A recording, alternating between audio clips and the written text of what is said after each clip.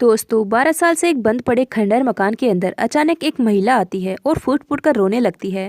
वह महिला रोते हुए कह रही थी, मेरी बेटी कहाँ है? मेरी बेटी मुझे लौटा दो, मेरी बेटी से मुझे मिलवा दो। तभी दोस्तों वहाँ पर एक नर्स आती है और वह नर्स उस महिला को खींचकर 4-5 थप्पड़ मार देती है। दोस्तों नर्स उस महिला से कहती है कि तुम्हें 12 साल बाद अपनी बेटी की याद आई है। धिक्कार है तुम्हारी जैसी माँ पर। ऐसी माँ को जिंदा रहने से तो बेहतर है कि वह मर जाती। दोस्तों वह महिला कौन थी जो कि 12 साल बाद उस घर में आकर फूट फूट कर रो रही थी, और यह नर्स उस महिला को थप्पड़ क्यों मार रही थी? पूरी घटना की सच्चाई के बारे में जानने से पहले अगर आप हमारे चैनल पर नए हैं तो कृपया चैनल को सब्सक्राइब कर ले और इस वीडियो को लाइक ज़रूर करें।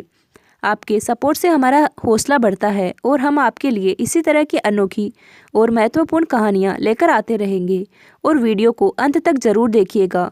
दोस्तों यह सच्ची घटना नोएडा की है, जहाँ एक सुनसान घर में एक महिला रहती थी। दोस्तों उस महिला का नाम सावित्री देवी था। सावित्री देवी का इस दुनिया में कोई नहीं था। वह अपने घर में अकेली रहती थी और कुछ ऐसा काम करती थी जिस वजह से उसे अपने घर में ही रहना पड़ता था। वह घर से बाहर नहीं निकलती थी। दोस्तों अपने घर पर ही रहकर वह अपना धंधा करती थी, और धीरे धीरे वक्त गुजरता है तो सावित्री देवी एक बच्चे को जन्म देती है। दोस्तों सावित्री अपनी बच्ची को बड़े लाड प्यार से पालती है, लेकिन उस बच्चे की वजह से सावित्री देवी का जो धंधा था वह नहीं चल पा रहा था। उसके काम में रुकावट आ रही थी, क्योंकि अगर सावित्री देवी अपनी बच्ची का ध्यान रखती थी तो अपना काम नहीं कर पाती थी, और अगर अपना काम करती थी तो बच्ची का ध्यान नहीं रख पाती थी।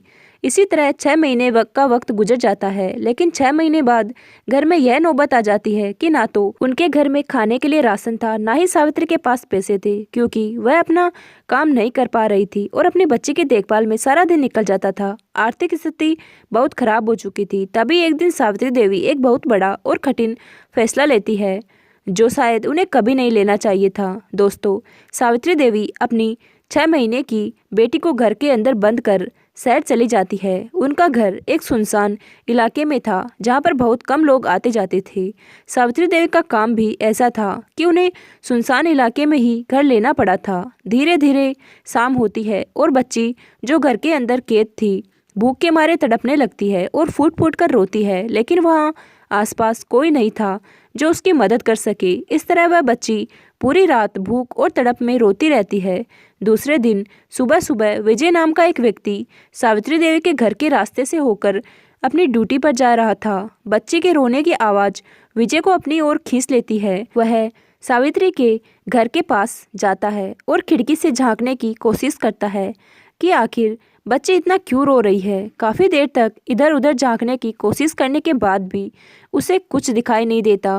विजय सोचता है कि शायद घर में कोई बच्ची का ख्याल रख रहा होगा। यही सोचकर विजय उस बच्ची को उसी हालत में छोड़कर अपने काम पर चला जाता है। लेकिन दोस्तों जब विजय अपने काम पर जाता है तो पूरे दिन उसके दिमाग में उसी बच्चे की रोने की आवाज़ गूंजती रहती है। विजय लगातार उस बच्ची के बारे में सोच रहा था, क्योंकि उस बच्चे की रोने की आवाज़ से यह साफ पता चल रहा था कि वह कई दिनों से तड़प रही थी। रोने की वजह से उसका गला बैठ चुका था और सूख गया था। वह बच्ची भूख के मारे बुरी तरीके से तड़प रही थी। अब दोस्तों जैसे ही शाम होती है विजय जानबूझकर सावित्री के घर के पास वाले रास्ते से अपने घर जाने का फैसला करता है। इस बार भी उसे बच्चे की रोने की आवाज़ सुनाई देती है, लेकिन अब वह आवाज़ बहुत धीमी हो चुकी थी। ऐसा लग रहा था जैसे बच्चे की जान निकलने वाली हो और रोते रोते उसका पूरा गला सूख गया हो। अब विजय से यह सब देखा नहीं जाता। वह एक पत्थर उठाता है और उस पत्थर से खिड़की के शीशे को तोड़ देता है और अंदर चला जाता है। अंदर जाकर विजय देखता है कि बिस्तर पर एक 6 महीने की बच्ची पड़ी हुई है। उसकी हालत बहुत खराब हो चुकी है।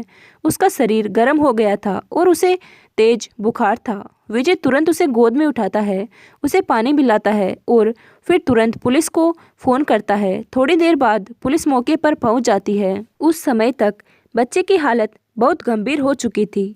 दोस्तों वह बच्ची लगभग 36 घंटे से भूखी और प्यास से तड़प रही थी। दोस्तों वह बच्ची उस घर में कैद थी और 36 घंटे से ना उसने कुछ खाया था, ना दूध पिया था और ना ही पानी पिया था। अब पुलिस वाले विजय का बहुत धन्यवाद करते हैं उस बच्चे की जान बचाने के लिए, और तुरंत उसे एक सरकारी अस्पताल में भर्ती करवा देते हैं। दोस्तों, कुछ दिनों तक डॉक्टरों की देखरेख में अस्पताल में उस बच्ची का इलाज चलता है। अब पुलिस वाले उस बच्ची के माता पिता या घर के मालिक की तलाश करने लगते हैं, लेकिन काफ़ी छानबीन के बाद भी उस घर के मालिक का कोई पता नहीं चलता, क्योंकि सावित्री देवी अपना धंधा करने के लिए वह घर छोड़कर दूसरे शहर जा चुकी थी।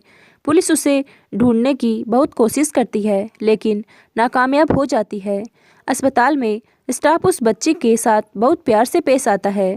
कोई उसे खाना खिलाता, कोई उसे दूध पिलाता, और कोई उसके साथ खेलता और कोई उसे घुमाने के लिए ले जाता। अस्पताल के कर्मचारी सभी उस बच्ची की बहुत अच्छे से देखभाल करते। धीरे धीरे समय बीतता है और वह बच्ची पूरी तरीके से ठीक हो जाती है। दोस्तों, अस्पताल में एक नर्स थी जिसका नाम पूजा यादव था। पूजा अक्सर उस बच्ची के साथ समय बिताती थी और धीरे धीरे उस बच्ची से गहरा लगाव हो गया था, क्योंकि पूजा एक खुद अनाथ थी और बचपन से अनाथालय में पली बड़ी थी। वह उस बच्ची के दर्द को अच्छे से समझती थी। पूजा उस बच्ची को अपनी बेटी की तरह प्यार करने लगी थी। वह नहीं चाहती थी कि जैसे उसके माता पिता उसे अनाथालय में छोड़कर चले गए थे, वैसे ही उस बच्ची की ज़िंदगी भी बर्बाद हो जाए। पूजा उस बच्ची को अपना नाम देना चाहती थी, लेकिन तभी एक दिन अस्पताल के डॉक्टर साहब लोग उस बच्चे को डिस्चार्ज कर देते हैं और पुलिस वाले उसे अनाथालय में छोड़ आते हैं, क्योंकि उसके माता पिता का कुछ अता पता नहीं चल पाया था। पुलिस के पास एकमात्र विकल्प था कि उस बच्ची को अनाथालय में रख दिया जाए। अगले दिन जब पूजा अपने काम पर आती है तो बच्ची को अस्पताल में ना पाकर वह बहुत परेशान हो जाती है और उसे इधर उधर ढूंढने लगती है। पूजा अपने स्टाफ वालों से पूछती है कि मेरी बच्ची कहाँ है, मुझे वह कहीं दिखाई नहीं दे रही। इस पर स्टाफ के लोग हैरानी से कहते हैं, तुम्हारी कौन सी बच्ची, तुम्हारी तो अभी शादी भी नहीं हुई। तब दोस्तों पूजा कहती है, अरे मैं अपनी बच्ची की नहीं, उस बच्चे की बात कर रही हूँ जो अस्पताल में एडमिट थी, जिसका इलाज चल रहा था और जिसकी हम लोग देखभाल कर रहे थे। यह सुनकर अस्पताल के स्टाफ लोग कहते हैं, उस बच्ची को अस्पताल से डिस्चार्ज कर दिया गया है और पुलिस उसे किसी अनाथालय में ले गई है। यह सुनकर पूजा बहुत घबरा जाती है और परेशान हो उठती है। वह अनाथालय का पता पूछती है तो कुछ स्टाफ उसे बता देते हैं। वे पूछते हैं, पूजा आखिर तुम उस बच्ची के पीछे क्यों पड़ी हो, उसे क्यों ढूंढ रही हो। तब पूजा कहती है, मैं उस बच्ची को अपने साथ रखना चाहती हूँ। मैं नहीं चाहती कि वह बच्ची मेरी तरह उसकी भी ज़िंदगी बर्बाद हो जाए। यह सुनकर कुछ स्टाफ सदस्य कहते हैं, तुम्हारी तो अभी शादी भी नहीं हुई है, तुम उस बच्ची की देखरेख कैसे करोगी। पूजा जवाब देती है, आप लोग चिंता मत कीजिए, मैं किसी भी तरह उस बच्ची का ध्यान रख लूँगी। इसके बाद पूजा सीधे अनाथालय पहुंच जाती है और वहां के स्टाफ से बात करके बच्चे को गोद लेने की प्रक्रिया शुरू करती है। थोड़ी कागजी कार्रवाई के बाद पूजा उस बच्ची को कानूनी रूप से गोद ले लेती है। अब वह बच्ची आधिकारिक रूप से पूजा की बेटी बन जाती है। पूजा बच्ची को अपने घर ले जाती है और बड़े प्यार से उसकी देखभाल करने लगती है। जब तक बच्ची छोटी थी तब तक पूजा उसे रोज अपने साथ अस्पताल लेकर जाती थी। जैसे जैसे बच्ची बड़ी होती जाती है, पूजा उसका एक स्कूल में एडमिशन करवा देती है। अब पूजा रोज़ सुबह अस्पताल में अपना काम करने जाती और शाम को जब काम खत्म करके घर लौटती थी तो पहले बच्ची को स्कूल से लेकर घर आ जाती। इस तरह पूजा ने उसे अपनी बेटी की तरह पाल पोस कर बड़ा किया। अब दोस्तों, इस तरह पूजा और उसके बच्चे की ज़िंदगी आराम से बीतने लगी। पूजा भी उस बच्ची को पाकर बहुत खुश थी और जब वह बच्ची उसे माँ कहकर पुकारती थी तो पूजा का दिल भर आता था। पूजा को ऐसा लगता था कि उसके जीवन में जो खालीपन था अब वह पूरी तरीके से भर चुका है। समय धीरे धीरे बीतता गया और वह बच्ची भी बड़ी होने लगी। तभी एक दिन अचानक वह बच्ची अपनी माँ यानी पूजा से एक सवाल पूछती है। वह कहती है, माँ मेरे पिताजी कहाँ हैं? हमारे स्कूल में सभी बच्चों के पापा हैं, उन्हें लेने आते हैं, लेकिन मैंने कभी अपने पापा को नहीं देखा, वह कहाँ रहते हैं? यह सवाल सुनकर पूजा अंदर से बहुत बेचैन हो जाती है, क्योंकि उसे खुद भी नहीं पता था कि उस बच्ची के असली माता पिता कौन है। पूजा कुछ देर के लिए खामोश हो जाती है, यह सोचते हुए कि वह बच्ची को क्या जवाब दे। अब दोस्तों, जब पूजा से बच्ची ने अपने पिताजी के बारे में पूछा तो पहले तो पूजा घबरा गई, क्योंकि उसे खुद भी उस बच्ची के असली माता पिता के बारे में कुछ नहीं पता था। पूजा ने बच्ची से कहा, तुम्हें पापा की क्या ज़रूरत है? मैं ही तुम्हारे पापा हूँ और तुम्हारी माँ हूँ, मैं ही तुम्हारा सब कुछ हूँ। लेकिन फिर पूजा ने बच्चे से झूठ बोल दिया कि उसके पिताजी का एक एक्सीडेंट में निधन हो गया है। यह सुनकर वह बच्ची बहुत दुखी हो गई, लेकिन उसने अपनी माँ से कुछ नहीं कहा और पूजा को ही अपना पूरा संसार मान लिया। उसने पूजा के साथ रहकर अपनी जिंदगी जीनी शुरू कर दी। हालांकि पूजा के मन में यह बात लगातार चल रही थी कि अभी बच्ची छोटी है तो वह कुछ भी कहकर उसे समझा सकती है, लेकिन जब वह बड़ी हो जाएगी तो उसे सच्चाई बतानी ही पड़ेगी। इसी कारण पूजा ने बच्ची के असली माता पिता को ढूंढने का निश्चय किया। पूजा पुलिस के पास जाकर कहती है, सर, जिस बच्चे को मैंने गोद लिया था उसके माता पिता कौन है? मुझे यह जानना है। वह अपने पापा से मिलने की जिद कर रही है। पुलिस वाले उसे बताते हैं कि उन्होंने पहले भी बच्ची के माता पिता को ढूंढने की कोशिश की थी, लेकिन उनका कोई अता पता नहीं मिला था, इसीलिए उन्होंने आगे की जांच बंद कर दी थी। लेकिन पूजा के अनुरोध पर वे एक बार फिर से उस बच्चे के माता पिता को ढूंढने का प्रयास करने का आश्वासन देते हैं। प्यार और उम्मीद के साथ बीते समय के साथ पूजा की सोच और भी गहरी होती गई। वह अक्सर सोचती कि जिस घर में उसके माता पिता उसे छोड़कर गए थे, शायद उस घर में कभी कोई आएगा, कोई जो वहाँ रह सके या फिर बस घूमने आ सके। पूजा हर बार अस्पताल जाने के रास्ते में सावित्री देवी के घर से गुजरती। उसका मन करता कि कभी उस घर में कोई आ जाए ताकि वह उससे पूछ सके कि उस बच्चे के माता पिता कौन थे। दिन बीतते गए, 3-4 साल गुजर गए, लेकिन उस बच्चे के माता पिता का कोई अता पता नहीं चला। पूजा की उम्मीदें धीरे धीरे धुंधली पड़ने लगी, लेकिन उसका मन अभी भी उस घर के प्रति आकर्षित था। फिर एक दिन 12 साल बाद जब पूजा फिर से उसी रास्ते से अस्पताल जा रही थी, उसे अचानक घर के अंदर से रोने की आवाज़ सुनाई दी। उसने कदम बढ़ाए और सावित्री देवी के घर के पास जाकर देखा। वहाँ एक औरत फूट फूट कर रो रही थी। उसके शब्द उसके दिल को चीर रहे थे। वह कह रही थी, मेरी बेटी कहाँ है? मेरी बेटी को मुझे वापस करो। उसकी आंखों में आंसू थे और वह अपने आप को लेकर गहरे पछतावे में थी। यह दृश्य देखकर पूजा का दिल तेजी से धड़कने लगा। उसे समझ में आ गया कि यही उस लड़की की माँ है। उस औरत के दर्द में छिपी वेदना ने पूजा के मन में आशा की एक नई किरण जगा दी। वह सोचने लगी कि शायद यह वही मौका है जब वह उस महिला से अपनी जिज्ञासा साझा कर सकेगी और शायद इस बातचीत से उसे अपने माता पिता के बारे में जानने का मौका मिल सकेगा। दोस्तों, पूजा उस महिला के पास जाती है और गुस्से में उसके गाल पर 4-5 थप्पड़ मार देती है। उसकी आवाज़ में करारा एक घृणा होती है जब वह कहती है, धिक्कार है तुम्हारी जैसी माँ पर जो इतनी छोटी बच्ची को इस हालत में छोड़कर यहाँ चली गई। इतने सालों बाद आज तुम्हें उसकी याद आई है। तुम्हारी जैसी माँ तो माँ के नाम पर भी कलंक है। सावित्री देवी इस अपमान से और अधिक फूट फूट कर रोने लगती है। उसकी आंखों में पछतावे के साथ साथ एक गहरी दर्द भी छिपा हुआ होता है। वह कहती है, देखो पूजा, मेरी मजबूरी थी। कोई माँ अपनी बेटी को क्यों छोड़ेगी? पूजा उसकी बातें सुनकर और अधिक चिढ़ जाती है। भला एक माँ को ऐसी कौन सी मजबूरी आ गई थी जो अपनी ही बेटी को इस हालत में छोड़कर चली गई? यह सवाल पूजा के मन में घूमता रहता है। सावित्री देवी अब अपनी पूरी कहानी सुनाने लगती है। वह बताती है, देखो पूजा, मैं धंधा करने का काम करती हूँ। जब मेरी बेटी पैदा हुई उस समय कोई मेरे पास आता ही नहीं था। धंधा करने के अलावा मुझे दूसरा काम आता भी नहीं था। मैं बहुत ज़्यादा लाचार हो चुकी थी। मुझे ऐसा लग रहा था कि जब तक मेरी बेटी मेरे साथ रहेगी तब तक कोई मेरे साथ संबंध नहीं बनाएगा। जब तक कोई मेरे साथ संबंध नहीं बनाएगा तो मैं पैसा कैसे कमाऊं? यही सब सोचकर मजबूरी में मैं अपनी बेटी को छोड़कर यहाँ से चली गई थी। सावित्री की कहानी सुनकर पूजा का गुस्सा थोड़ी देर के लिए ठंडा पड़ जाता है, लेकिन उसे यह समझ नहीं आ रहा था कि एक माँ अपने बच्चे को कैसे छोड़ सकती है। उसकी भावनाएं जटिल हो जाती है क्योंकि उसे सावित्री की मजबूरी तो दिखती थी, लेकिन एक माँ के कर्तव्य की छवि भी उसके मन में गहराई से बसी है। वह सोचने लगती है कि क्या कोई और रास्ता नहीं था? क्या प्यार और त्याग की कोई और परिभाषा नहीं हो सकती थी? दोस्तों, पूजा को पता चलता है कि सावित्री देवी एक वेश्या थी, लेकिन वह कोठे पर जाकर काम नहीं करती थी। वह अपने घर पर ही धंधा करती थी। जब उनका बच्चा पैदा हुआ तो ग्राहकों ने उसके साथ संबंध नहीं बनाए, जिससे उसकी आर्थिक स्थिति बहुत खराब हो गई। उस समय सावित्री देवी के पास केवल 2 रास्ते थे। पहला, अपनी बच्ची के साथ खुशहाल जिंदगी बिताना और दूसरा, अपनी बेटी को छोड़कर दूसरे शहर में जाकर धंधा शुरू करना और पैसे कमाना। सावित्री देवी ने अपनी बेटी को घर पर छोड़कर दूसरे शहर जाने का निर्णय लिया। उसने ऐसा घर बनाया था जो सुनसान जगह पर था, ताकि जब ग्राहक आए तो आसपास के पड़ोसियों को किसी प्रकार की परेशानी ना हो। मुझे जानना है कि तुम्हारी बेटी के पापा कौन है, पूजा ने गुस्से में कहा। वह हमेशा अपने पापा के बारे में पूछती रहती है, लेकिन मैं उसे सही सही जवाब नहीं दे पाती। मुझे बहुत शर्मिंदगी महसूस होती है। सावित्री देवी ने हाथों को जोड़कर कहा, देखो पूजा, इसके बारे में मुझे भी नहीं पता। मैं जो धंधा करती हूँ उसमें बहुत सारे लोग मेरे साथ सम्मत बनाते हैं। कब मैं प्रेग्नेंट हो गई मुझे खुद नहीं पता चला। पूजा का गुस्सा और भी बढ़ गया। तुम कितनी लापरवाह औरत हो। तुम्हें कोई फर्क नहीं पड़ता कि तुम्हारे बच्चे के साथ या फिर तुम्हारे साथ क्या हो रहा है।